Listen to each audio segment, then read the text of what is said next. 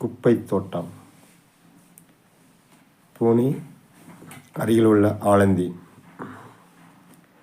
ஞானதேவர் பிறந்து சமாதி ஆன ஸ்தலம்.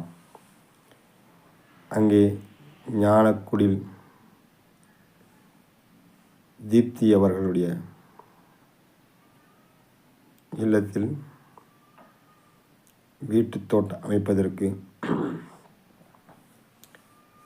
நாம் முயற்சி செய்கின்ற பொழுது வீட்டுக்கும் ரோட்டுக்கும் இடையிலே ஒரு 2 அடி அகலத்தில் அமைக்கலாம் என்று முடிவு செய்து இடத்தை பார்த்தோம். அந்த வீடை சுற்றி பார்க்கின்ற பொழுது வீட்டுக்கு பின்புறமாக பக்கவாட்டிலே ஒரு 2 அடி இடம் இருக்கின்றது. அருகிலே விவசாய நிலம், அற்புதமான ஒரு ஊர், நல்ல குளுமையை நிறைந்த ஊர், ஞானிகள் மகான்கள் வாழ்ந்த ஊர், தெய்வீகமும் பக்தியும் கமல்கின்ற இயற்கையும் எழிலும் ஒரு குளுமை நிறைந்த பகுதி. வீட்டுடைய மாடியில் இங்கேயும் மொட்டை மாடி, இங்கே மாடித்தோட்டம் போடுவதற்கும் நாம் யோசனை செய்து அந்த மாடியில் பார்க்கின்ற பொழுது அருகிலே இந்திராயணி நதி ஓடுகின்றது. அந்த பூனே பக்கத்தில் இருப்பதால் அதனுடைய நகரத்தின் ஒவ்வொரு கட்டிடங்களும் வானுயர்ந்து இயற்கை நிறைந்த காட்சியாகவும் இருந்தது. பின்பு அங்கே பக்கவாட்டிலே நாங்கள் அதற்குண்டான வடிவமைப்பை, நான் குப்பை தோட்டம் பல வீடியோ பார்த்துருப்பீங்க. ஒரு 9 முதல் 12 இன்ச்சு வரை அதை ஆழப்படுத்தி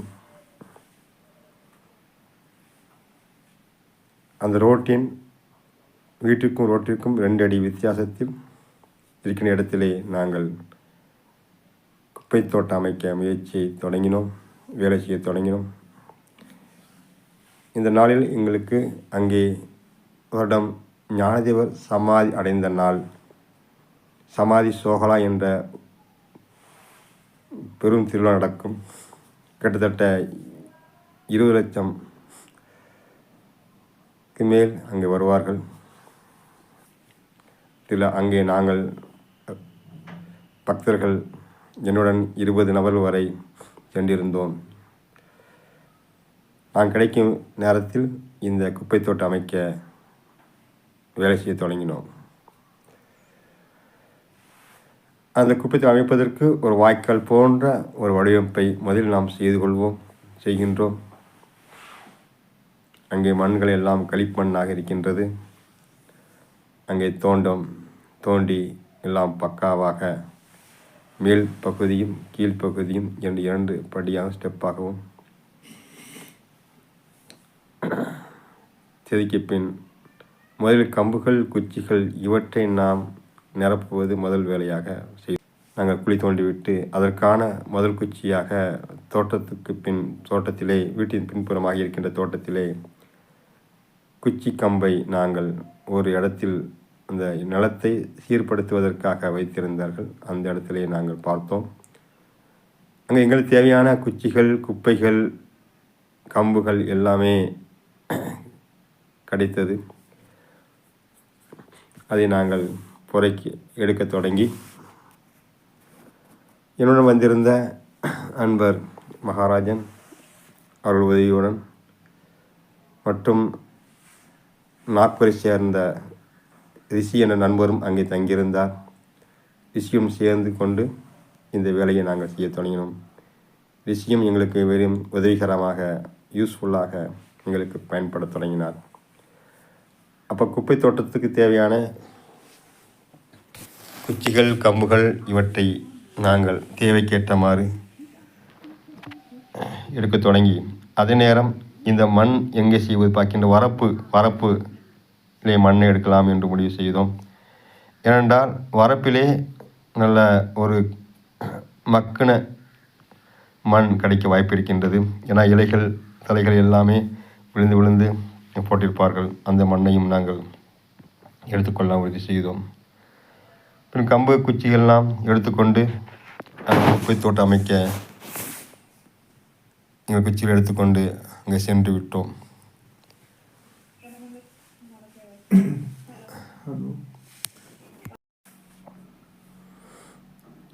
எங்களுக்கு தேவையான குச்சிகள், கம்பு இவற்றையெல்லாம் பறகி கொண்டு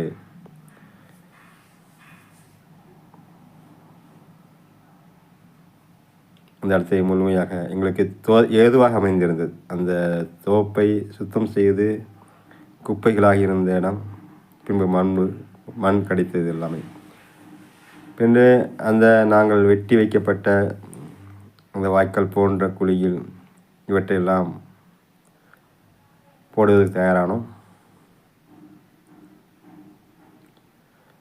அங்கே சந்தில் ஒரு சந்து இருக்கின்றது, 2 வீட்டுக்கு மத்தியில் சந்து இருக்கின்ற. அங்கேயும் என்ன வாழை மரம், பப்பாளி, கருவேப்பிலை வைக்க வேண்டும் என்று முடிவு செய்து அங்கேயும் குழி தோண்டி அங்கேயும் குச்சியும் கம்பு போட்டுவிட்டால் அந்த சந்து ஒரு வெளிச்சம் வரக்கூடிய இருப்பதால் அதையும் நாங்கள் முயற்சி செய்தோம். அப்பொழுது அடுத்த நாள் நாங்கள் இந்த கம்புகளை அனைத்தும் வெட்டி வர எல்லாமே அந்த இடத்துக்கு தகுந்த மாதிரி அந்த குழியை நாங்கள் நிரப்ப தொடங்கினோம்.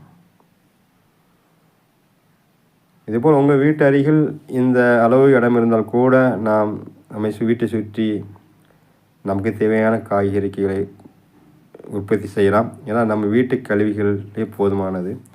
ஏன் குப்பை தோட்டமாக இருக்கும் என்றால், நமக்கு ஒரு முறை போட்டுவிட்டால் ஒரு 10 வருஷத்துக்கு தேவையான ஒரு இடுபொருள்கள், உரப்பொருள்கள் நாம் உள்ளே இப்போது செலுத்தி விடுவது சிறப்பாக இருந்தால், நாம் அமைப்பிலே செய்கின்ற பொழுது இது மக்கி இது மேல் மண் புழுக்கள், நுண்ணுயிர் பெருக்கங்கள் அதிகமாக இருந்து கொண்டே இருக்கும்.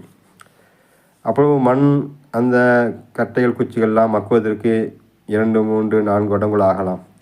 அப்பொழுது மக்க நுண்ணுயிர் பெருக்கம் அதிகொண்டே இருக்கும், மண் வளம் கூடிக்கொண்டே இருக்கும். மண்ணுடைய வளம் எந்த அளவுக்கு இருக்கின்றதோ அதை பொறுத்து எல்லா காய்கறியும் நாம் போட முடியும். ஒரு முறை நாம் செட் செய்து அதை அமைத்து அதை நுண்ணீர் பெருக்கி அதனுடைய வளப்படுத்தி விட்டால் அதற்கு பின் நமக்கு பெரிய அளவு உரம் என்ற தேவையில்லை. நமக்கு கிடைக்கின்ற வீட்டிலே இருக்கின்ற கழிவு நீர், காய்கறி கழிவுகள் இவற்றில் நாம் போட்டாலே போதுமானதாக இருக்கும். அதே மாதிரி இங்கே நம்ம வடிவமைக்கும் போது இதற்கு மேல் காய்கறி போடுவதற்கான ஒரு வாய்க்கால் போன்ற அமைப்பும் இதில் ஏற்படுத்துவோம். அப்போ ஒரு தெருவு இருக்கின்றது, ரோடு இருக்கின்றது, ரோட்டை சேர்ந்த வீட்டுக்கும் ரோட்டுக்கும் உள்ள 2 அடி இடம், இவற்றில் நாம் அமைப்பது எளிது. இந்த நாம் இட்ட அந்த கச்சை குச்சிகள்லாம் மக்குவதற்கு ஏதுவாக பக்கத்திலே எங்களுக்கு மாட்டு சாணி கிடைத்தது. அதை கரைத்து நாங்கள் தொளித்தோம். இவ்வாறு தொளிப்பதால் இந்த வாசனைக்கு நுண்ணீர் பெருக்கங்களும் மண்புழுக்களும் மேலே வர தொடங்கும். இது நுண்ணீர் பெருக்கமும் அதிகமாகும். ஆகையால் இந்த கட்டைகளில் நாம் தொளித்து விட்டால் இது மக்க நுண்ணீர் பெருக்கம் அதிகம். அதனால் நீங்கள் உங்களுக்கு வீட்டு அருகிலே நீங்கள் அமைக்கின்ற பொழுது வீட்டு அருகிலே ஒரு மாட்டுத்தொழு இருக்கும். எதாக இருந்தால் அங்கே உங்கள் சாணியை கொண்டு வந்து கரைத்து நம்ம வாசல் துளிக்கின்ற பொழுது எந்த அளவுக்கு கரைப்போமோ அந்தளவுக்கு கரைத்து கொண்டு நீங்கள் தெளித்து விடுங்கள். இது நல்ல நுண்ணீர் பெருக்கத்துக்கும் உரத்துக்கும் தயாராவதற்கும் நுண்ணீர் மண்புழு வருவதற்கும் இது வெகு உதவிகரமாக இருக்கும்.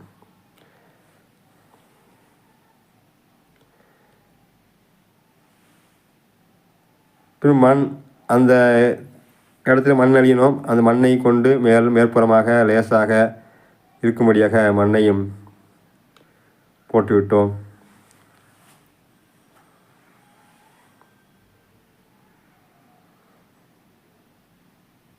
அந்த வீடு கட்டுகின்ற பொழுது செடி வளர்ப்பதற்கென்றன ஒரு தொட்டி போன அமைப்பு இருந்தது. அதையும் நிரப்பி விட்டோம். அதற்கு கீழ்ப்புறம் ஒரு அடி அதையும் நாங்கள் அமைத்து விட்டோம். ஒரு ஸ்டெப் போன்ற அமைப்பும் எங்களுக்கு கிடைத்தது. ஆகையால் 2 இடத்துலையும் நாங்கள் இதை அமைத்து மண்ணை தூவி கொண்டிருக்கின்றோம். இந்த மண் என்பது எப்படி இருப்பது தான் இங்கே நீங்கள் மண் இங்கிறது எப்படின்னா, நீங்கள் வரப்பு ஓரம் தோப்பு ஓரம், தோப்பு கீழ், அதாவது மரங்கள், பெரிய பெரிய மரங்கள் கீழ் உள்ள மண்ணை மேமண்ணாக எடுக்க வேண்டும். நீங்கள் தோண்டி எடுக்கக்கூடாது. மேமண் என்கின்ற பொழுது நுண்ணீர் உள்ள வளமான மண்ணாக இருக்கும். செடி கொடிகள் தலைகள் விழுந்து அது மக்கிய மண்ணாக இருக்கும். ஆகையால் நீங்கள் மண் அடிக்கின்ற பொழுது மண் எந்த இடத்தை எடுத்தாலும் அது மரங்கள் செடி கொடிகள் வளர்ந்த இடத்துக்கு கீழே உள்ள 2 இன்ச்சு அளவு மேல்புற மண்ணாக சுரண்டி எடுத்து விட்டால் அது வளமான மண்ணாக, நுண்ணீர் பெருக்கமுள்ள மண்ணாக கிடைக்கும். இப்போ எல்லா இடங்களிலும் நீங்கள் போட வேண்டும்.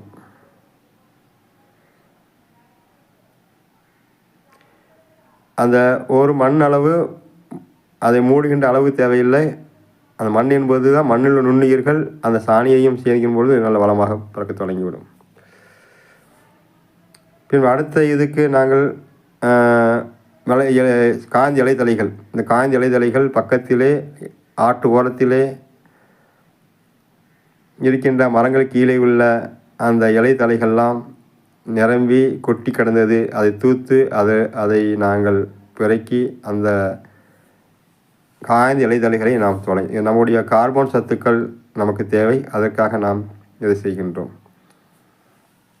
ஐயா, உங்கள் வீட்டு அருகிலே இந்த மாதிரி ஒரு ஆட்டு ஓரமாக இருக்கின்ற மரங்கள் கீழே இருக்கின்ற காய்ந்த இலைகளை நீங்கள் பிறக்கி அதையும் நீங்கள் அந்த இடத்துல அடுத்த கட்ட படுக்கையாக நீங்கள் செய்ய வேண்டும். இந்த வீட்டு தோட்டத்திலே குப்பை தோட்டம் என்கிறது ரொம்ப பொறுமையாக, நிதானமாக, ஒரு நாள் டு ஒரு நாள், எத்தனை நாள் ஆட்கள் பரவாயில்ல, உங்களுடைய நேரத்தை கழிப்பதற்கும் ஒரு நாள் அற்புதமான நேரத்தை ஒதுக்கி, இதுக்கென்று ஒதுக்கி ஒரு நாளைக்கு 1 மணி 2 மணி ஒதுக்கி ஒவ்வொரு நாள் செய்தாலே போதுமானது. ஒரே நாள் செய்து முடிக்க வேண்டிய அவசியம் இல்லை. இன்னைக்கு தோட்டங்கிறது, வீடு காய்கறிங்கிறது ஒரு அற்புதமான பொழுதுபோக்கோடு கூடிய ஒரு செயல். ஆகையால் நீங்கள் பொறுமையாக செய்ய வேண்டும், நிதானமாக செய்ய வேண்டும். அப்பொழுதுதான் இது நல்ல ஒரு மனநிறைவோடு செய்கின்ற அந்த செயல். இது அவசரப்படுவதற்கு இல்லை.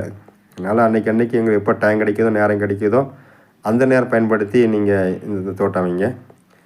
உதவிக்கு யார் இருந்தாலும் அதை பயன்படுத்தலாம். எங்களுக்கு அந்த ஃபங்க்ஷனுக்கு வந்ததுனால, அந்த விழாக்கு வந்ததுனால என்னுடைய அன்பர்கள்லாம் சேர்ந்து செய்ய தொடங்கினோம்.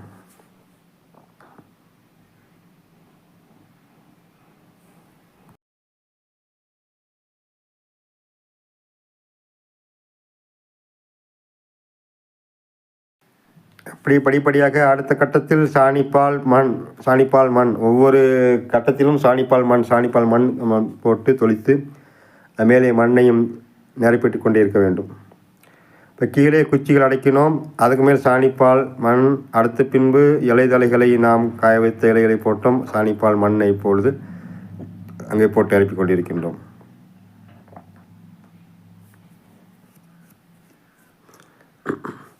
அடுத்த கட்டமாக நாம் பச்சை தலைகள், நீங்கள் உங்கள் வீட்டு பக்கத்தில் இருக்கின்ற பச்சை தலைகள் ரோட்டு ஓரத்துலேயே பார்த்தீங்கன்னா ஏகப்பட்ட செடிகள் வளர்ந்துருக்கும். ஏன்னா நமக்கு நைட்ரஜன் சத்துக்கள் தேவை. அதனுடைய இயற்கை இதுவும் உங்களுக்கு சத்துக்களை கொடுக்கும். இங்கே மூலிகைகள் எந்த செடி கிடைத்தாலும் சரி, அதேமாதிரி பச்சை காய்கறிகள் எது இருந்தாலும் சரி. இப்பொழுது அடுத்த கட்டமாக பச்சை தலைகளை நாம் இப்பொழுது மேலே பரப்பி கொண்டிருக்கின்றோம்.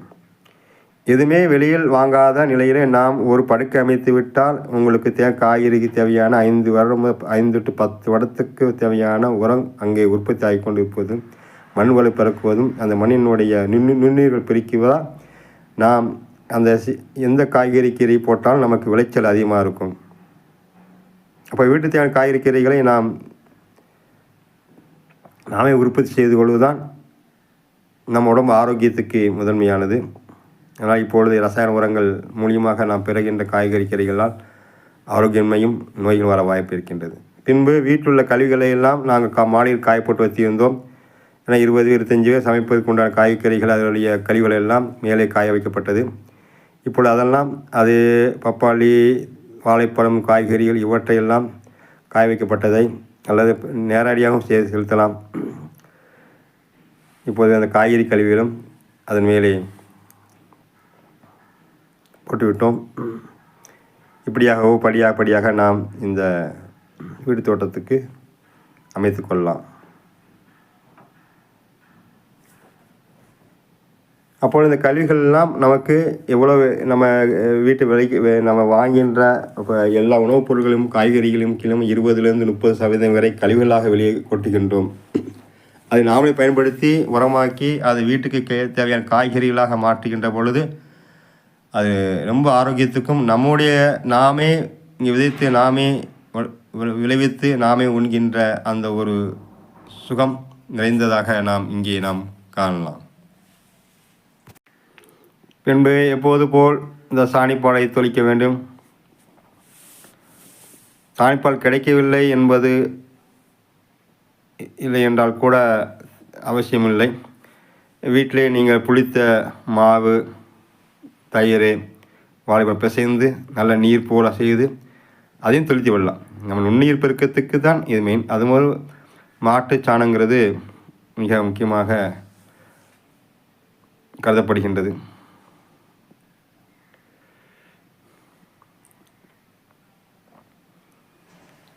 ஆகையால் வீட்டு தோட்டத்தில் நாம் மிக ஆர்வம், அக்கறை, ஒரு ஈடுபாடு உள்ளவர்கள்தான் இதை பொறுமையாக செய்ய முடியும். சில பேர் ஆர்வத்தில் செய்து விட்டு விடுவார்கள்.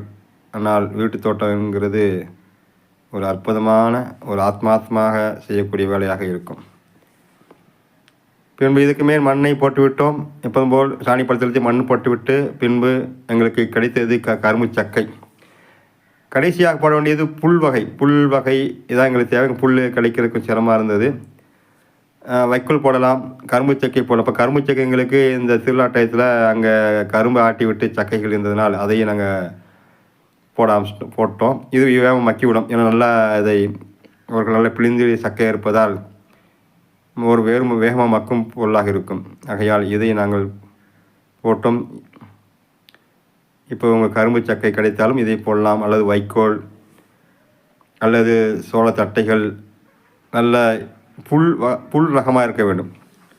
அந்த இலைகளாக இருக்க வேண்டும். அப்பொழுது கோதுமை, வைக்கோல், கரும்பு தோகை, மூங்கில் இலை இவற்றில் எதுவாக இருந்தாலும் நாம் கடைசியாக போட்டு, அப்போ எங்களுக்கு கொஞ்சம் அங்கங்கே வைக்கோல் இருந்தையும் நாங்கள் அங்கே வைக்கோல் ஒரு புல் வகை சேர்ந்து இருந்தது, அதையும் காய்ந்ததாக இருந்தது, அதையும் எடுத்துக்கொண்டோம். அதையும் போட்டுவிட்டு எது கிடைக்குதோ இது கம்பாக இருந்தது, அப்போ காய்ந்த இலை சருகு, அப்புறம் பச்சை இலைகள், அப்புறம் புல் வகையாக காய்ந்தது. இது கடைசி லேயராக இந்த புல் வகைகளை நாங்கள் போட்டுக்கொண்டோம்.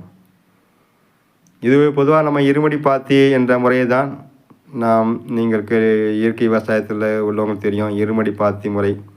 இயற்கை விவசாயத்தில் பல பாத்தி முறை இருக்கின்றது. மேட்டுப்பாத்தி, பள்ளப்பாத்தி, குழிப்பாத்தி, இருமடி பாத்தி இவற்றையெல்லாம் ஒருங்கிணைத்து தான் நாம் குப்பை தோட்டமாக இங்கே யோசித்து ஒரு பயிற்சியாகவும் கொடுத்து கொண்டிருக்கின்றோம். யாராவது விருப்பப்பட்டால் அமைத்து கொடுக்கின்றோம், ஆலோசனை வழங்கி கொண்டிருக்கின்றோம். இப்போ புல் வகையாக இருக்கின்ற அனைத்தையும் இப்போ மேல்புறம் போட்டுவிட்டோம்.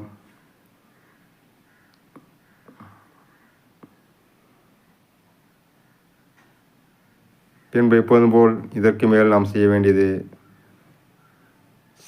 சாணிப்பால் தொளித்து விட்டு பின்பு மண்ணையும்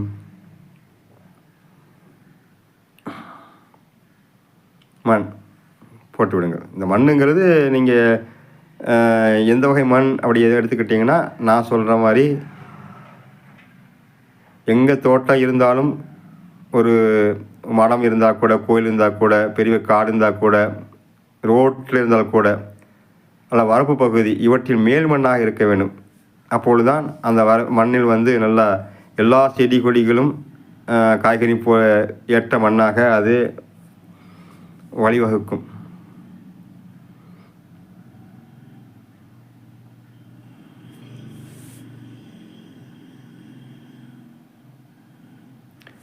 அது உங்கள் வீட்டில் பகுதியில், உங்கள் வீட்டில் அருகாமையில் ஒரு 2 அடி சந்து இருந்தால் கூட உங்கள் நடைபாதி போக மீதி இடங்களை நீங்கள் சரியாக பயன்படுத்த முடியும்.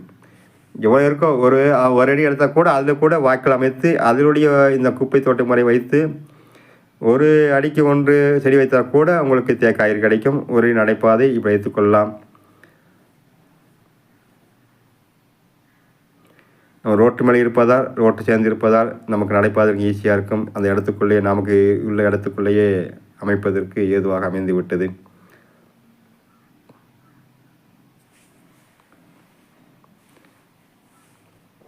கடைசி லேயராக மண்ணை கொஞ்சம் அதிகப்படுத்திக் கொள்ள வேண்டும். முதல் போட்ட மாதிரி லேசாக போட முடியாது, கடைசி முடிந்து விட்டது. ஆகையால் மண்ணை நல்லா போட்டுவிட்டு பின்பு சாணி பாலையை நான் எப்போதும் போல் எல்லா போய் தெளித்து விட்டு